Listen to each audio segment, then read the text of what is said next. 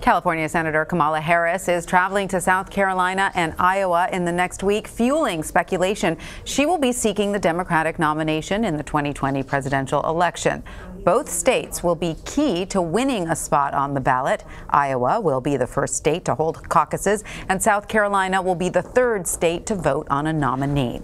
Politico national correspondent David Siders joins us now. He's been following Harris's strategy.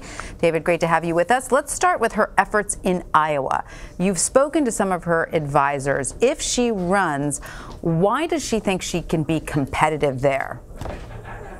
I think because if you look at the California electorate, where she's won statewide, California doesn't have a large proportion of black voters, and while it does have a large proportion of Latino voters, her victories have included white progressives, particularly in the San Francisco area. So when you look at the primary electorate in Iowa, that's a pretty liberal Democratic electorate, and I think she thinks she can win there. She also looks at the example of Barack Obama, who obviously did well in Iowa. Right now, so if Harris runs, what do you think her campaign's overall strategy would have to be to have a chance in the primary? I mean, we know that there are a lot of forces pushing the Democratic Party a little further to the left. Do you think that she's going to have to take some of those stances?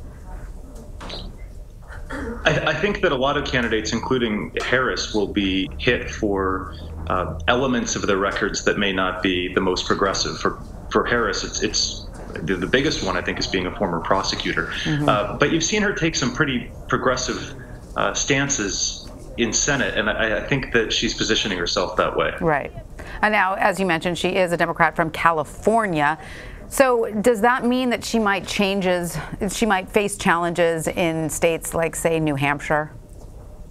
I think so. I mean, the New Hampshire electorate's a lot whiter than elsewhere, and then also you look at just the proximity to the candidates who are around New Hampshire already have a footprint, I think, in that state. Elizabeth Warren, Bernie Sanders, who won the state, clearly has an edge there.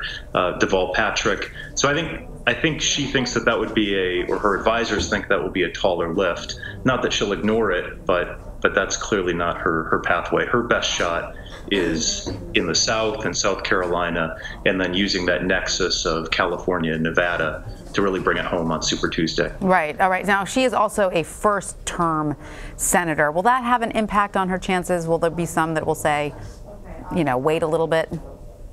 Yeah, sure. I mean, there already are people who say she's too fresh, she's untested. It could have an impact in the campaign in that she, while she's been traveling a lot these last several months, she hasn't been on the national scene for a long, long time. So that could it could be structurally hard for her. But I don't think being a first-term senator is necessarily a problem. In fact, it shields her from having taken some votes when a Democratic president was in office. And so the only record she has really is this record opposing Trump. And I think that's probably appealing to a lot of Democratic primary voters. Absolutely. Now, the field of potential Democratic 2020 candidates is very large. Which of the other names that we've heard could risk cutting into her appeal? I mean, who would she most directly be going up against?